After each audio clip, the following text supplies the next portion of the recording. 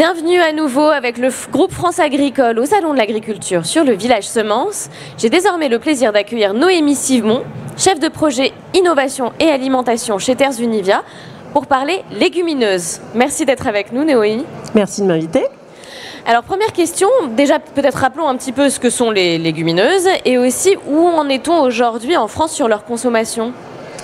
Alors, quand on parle de légumineuses, évidemment, on pense tout de suite aux légumes secs qu'on connaît bien, donc les lentilles, le pois chiche, le haricot pour les plus connus.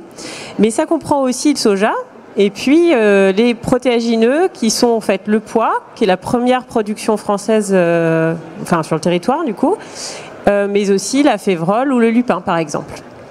Alors, au niveau de leur consommation, elle a connu une baisse importante entre, on va dire que dans les années 20, on consommait à peu près 7,2 kg par habitant et par an. Et on est tombé dans les années 2013 à 1,4 kg par habitant et par an. Donc elles ont connu une disgrâce surtout depuis l'après-guerre, pour différentes raisons. Pour des raisons symboliques, c'était un peu la protéine du pauvre, et puis pour des raisons pratiques, elles étaient compliquées et longues à préparer. C'est vrai qu'avec l'accélération de nos vies, ça devenait plus compliqué. Et aujourd'hui, on recommande, le nouveau plan national de nutrition santé qui a été édité en janvier dernier, recommande d'en consommer 2 fois par semaine pour différentes raisons. D'abord, elles permettent de diversifier son alimentation, puisque comme on en consomme moins, d'en ajouter, c'est quand même mieux. Il y a une diversité en plus très importante de couleurs, de types, donc c'est un véritable atout pour ça.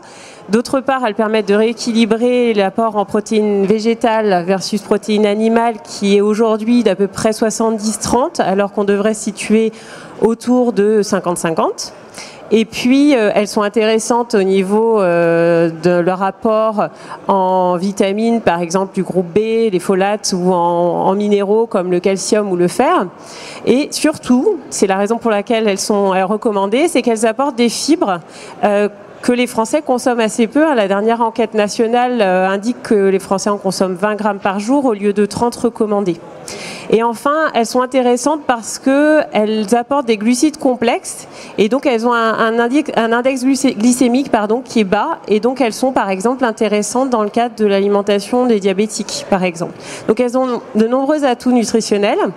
Une disgrâce, mais on peut dire quand même que depuis 2016, avec l'année internationale des légumineuses lancée par la FAO, elles sont revenues sur le devant de la scène, et aujourd'hui on voit qu'elles font l'objet de nombreuses innovations qui les rendent plus attractives, et elles répondent à une attente de consommation qui est une préoccupation croissante.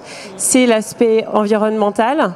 Elles ont des réels atouts agronomiques, et puis aussi l'aspect local, et on est tout à fait en mesure en France d'en produire.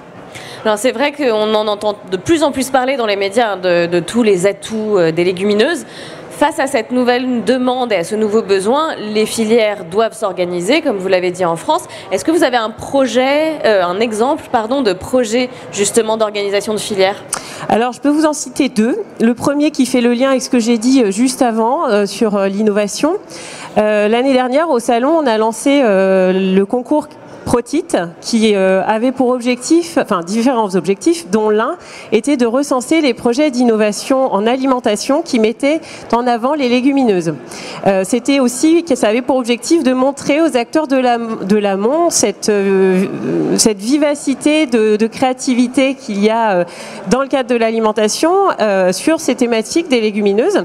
Et puis, ce concours avait aussi pour objectif de montrer aux transformateurs l'existence de certaines légumineuses qui sont méconnues et qui sont même en voie d'extinction, je devrais dire. Et c'est l'exemple de l'une de nos lauréates qui s'appelle Graines de Choc, et qui fabrique une pâte à tartiner innovante, puisqu'elle contient majoritairement de la crème, de la pâte de févrole qui est produit dans son bassin, donc autour de son site de production en Picardie. Donc ça, c'est le premier exemple. Et le second, je dois en parler, c'est une très belle initiative qui est une organisation d'acteurs dans les territoires, donc qui est une structuration de filières qui a été lancée en octobre dernier, qui s'appelle le projet FILEG et qui se passe en Occitanie et qui a pour objectif donc d'accompagner la production et la valorisation de légumineuses dans ce territoire. D'accord. Est-ce que ça demande une certaine co-construction, j'imagine? Comment ça s'organise concrètement, rapidement? Oui, alors la mission principale, c'est de favoriser les conditions nécessaires à un partenariat entre les acteurs en local, permettant de valoriser les productions de l'amont à l'aval, mais surtout pour les différents débouchés que sont l'alimentation humaine, bien sûr, mais aussi animale. Et donc l'objectif très ambitieux de ce projet, c'est de doubler les surfaces actuellement en Occitanie, qui sont de 100 000 hectares, et de passer à 2030 à 200 000 hectares. Et puis c'est aussi, parce que c'est le deuxième volet, c'est de lancer des gammes de produits innovants, mais qui soient ancrés au niveau de la gastronomie locale. Donc ça, c'est ces deux choses. Et donc, deux étapes. Enfin, il y a une première étape importante d'identification et d'analyse des verrous et des leviers de différents domaines, passant de la génétique, de l'agronomie, de la transformation à la production. Et donc, ces ateliers ont eu lieu en début d'année. Et donc, la deuxième étape, c'est de présenter donc les 9 partenaires facilitateurs accompagnés des acteurs de la recherche vont proposer une gouvernance et une feuille de route aux différents acteurs pour favoriser les conditions de coopération. Une belle initiative que nous l'espérons pourra être répliquée partout en France. Je vous remercie beaucoup, Noémie. Merci à vous. Et merci à vous. Merci.